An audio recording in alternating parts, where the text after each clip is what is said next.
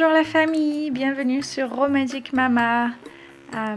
Si vous êtes nouveau, ici ce que je fais c'est de partager des recettes pour vous aider à incorporer un peu plus de cru dans votre alimentation. Et puis je donne des astuces d'hygiène de vie en général, pour la peau, les cheveux, le sport, etc., etc. Donc aujourd'hui, je vais vous parler du souchet. Ce que vous voyez à l'écran, ce sont des graines de souchet, qu'on appelle aussi noix tigrée, ou en espagnol churros. On appelle ça choro choro au Burkina Faso. Donc on trouve ça dans les petits marchés en Afrique, enfin au Gabon en particulier. Ils font des petits tas avec et ils les vendent comme ça sur les bords de la route.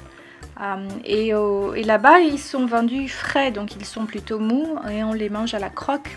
Ça a un petit goût sucré très agréable. On dirait un petit peu de la noix de coco ou de l'amande. Enfin, c'est à peu près ça. Et donc voilà, on suce le jus et on peut cracher la pulpe parce que les fibres sont assez costaudes, un peu dures. Mais ici en Amérique du Nord, on nous les vend déshydratés, donc je suis obligée de les réhydrater pour pouvoir les utiliser. Donc comme je vous disais, c'est un tubercule que l'on consommait déjà dans l'Égypte ancienne, il y a plusieurs milliers d'années, mais on en trouve un petit peu partout dans le monde, en Amérique latine, en Afrique, en Espagne, je pense qu'on en trouve partout maintenant.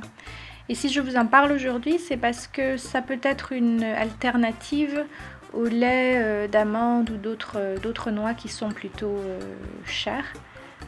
La noix tigrée comparativement n'est pas très chère. Lavez vos noix de souchet ou choro choro quand vous les avez achetées. Trempez-les quelques heures ou toute une nuit, qu'elles soient déshydratées ou pas, parce que vous enlevez les inhibiteurs d'enzymes de toute façon.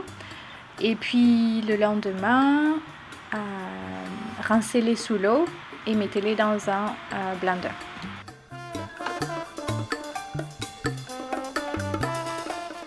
En fonction de la consistance que vous voulez, vous ajoutez plus ou moins d'eau. Moi j'ai mis le double d'eau, de quantité de souchet.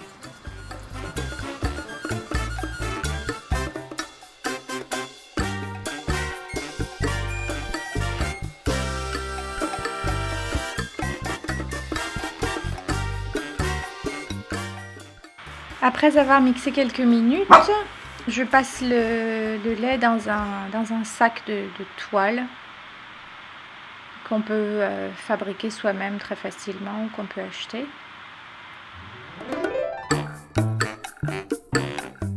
Et là, comme pour le lait d'amande ou le lait de noix de coco, on presse bien le sac pour faire sortir tout le liquide le plus possible. Et voilà le résultat, on a la pulpe sur le côté et puis le lait. Alors la pulpe, certaines personnes la récupèrent et en font... ils la récupèrent comme farine pour en faire des préparations. Mais le lait, je le mets dans des bouteilles que je vais conserver au frigo pendant 5 jours à peu près. On peut le consommer de plusieurs façons, avec des céréales, avec des fruits, on peut le mettre dans les smoothies ou tout simplement comme ça.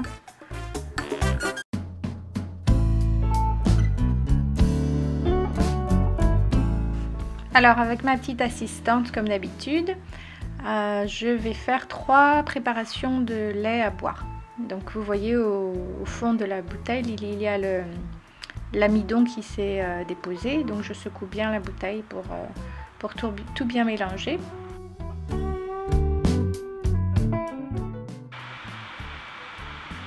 Donc je vais prendre une jarre dans laquelle je vais mettre du miel local. Donc ça on en met plus ou moins selon le goût.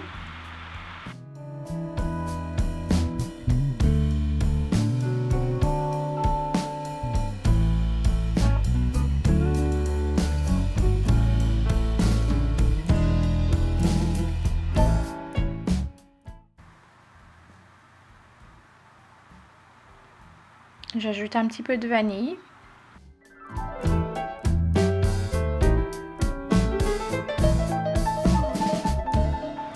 je mets mon lait de souchet ou de chorro chorro.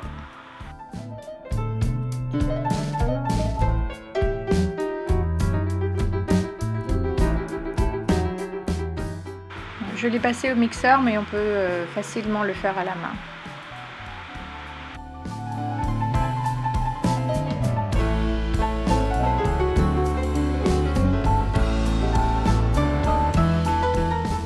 La deuxième préparation de lait à boire s'appelle horchata. C'est une recette espagnole qui est consommée ici en Amérique latine également. Est faite à base de lait de riz, mais en Espagne ils le font à base de lait de souchet. Donc je mets du miel, on peut s'en passer du miel en fait, hein, parce que c'est vraiment sucré les laits de souchet. J'ajoute mon lait de chorro chorro et puis beaucoup de cannelle.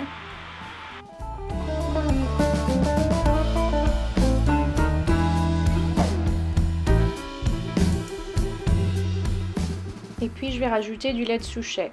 Donc je vais secouer un petit moment et donc je vais vous parler un petit peu du souchet pendant ce temps. Donc sa valeur nutritive, c'est un petit tubercule qui est riche en protéines, ce qui aide au développement des tissus, que ce soit musculaire, la peau, nerveux, enfin tous les tissus de la peau.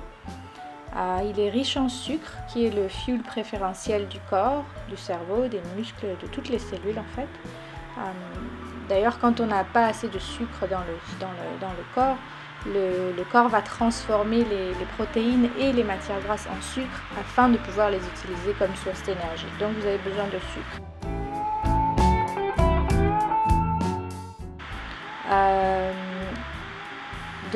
Voilà, il y a beaucoup de fibres aussi, mais dans le cas du lait, on a enlevé les fibres, donc ça ne marche pas ici. Et il a aussi une composition en acide gras qui est similaire à celle de l'huile d'olive. Donc avec des acides gras polis et monoinsaturés, donc ce qui est très bon pour la santé du cœur. Il est riche en magnésium, dont on a besoin pour la santé des os et des dents et des autres tissus. Il est riche en potassium. Il contient du calcium et du fer et est riche en vitamines E et C. Donc c'est un lait très nutritif pour les grands comme pour les petits. Il a l'avantage aussi d'être moins cher que les autres laits de noix. Donc voilà, j'ai mélangé ma cannelle, mon miel et mon lait de souchet. Voilà ma petite assistante qui goûte.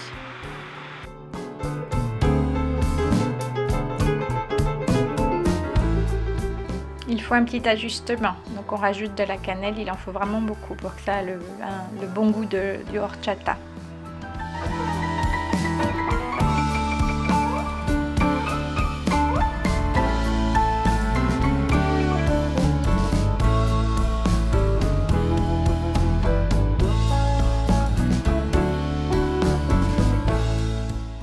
Et voilà, recette numéro 2 terminée. Super facile à faire.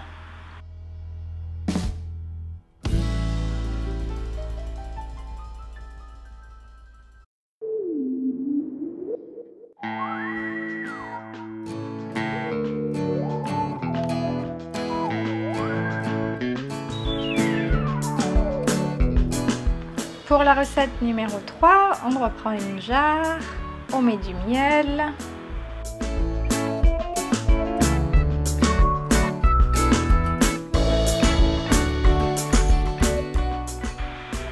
on ajoute de la caroube ou du cacao. La caroube n'a pas de caféine. Et puis notre lait de souchet.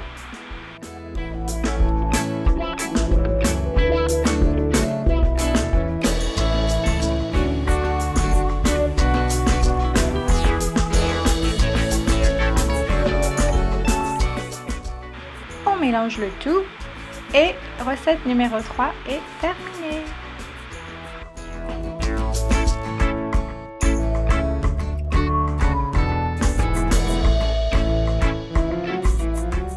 Et voilà 3 boissons délicieuses, vanille, cannelle et chocolat, qu'on peut s'emporter pour le goûter, qu'on peut utiliser dans les smoothies, faut manger ces céréales. On peut l'épaissir un petit peu avec du chia ou du psyllium. C'est bon pour les petits et pour les grands. Et ça permet de varier les laits. On peut faire lait de souchet une fois, lait d'amande, lait de noix de cajou. Ça nous apporte le plus de nutriments possible. Voilà, merci de votre visite et à bientôt. Au revoir.